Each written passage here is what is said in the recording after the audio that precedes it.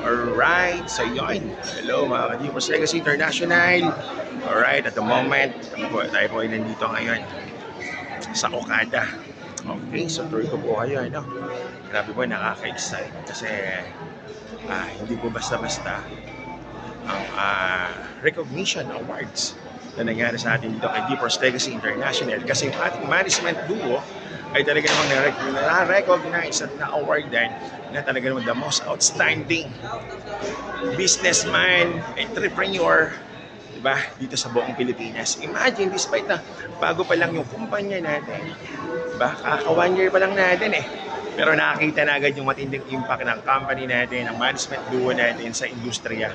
And aside from that, yung ating kumpanya, GeForce Legacy International, ay tayo po ay once again, di ba, na-recognize na award and then na talagang top emerging and the most trusted company, mga kapatid, dito sa buong Pilipinas.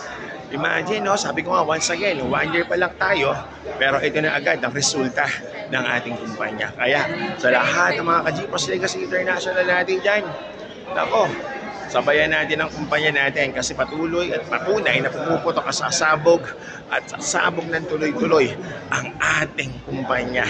Alright, kaya with that, mamayang konti, papasok namin sa loob at talagang nakaka-excite ang mga kaganapan dito.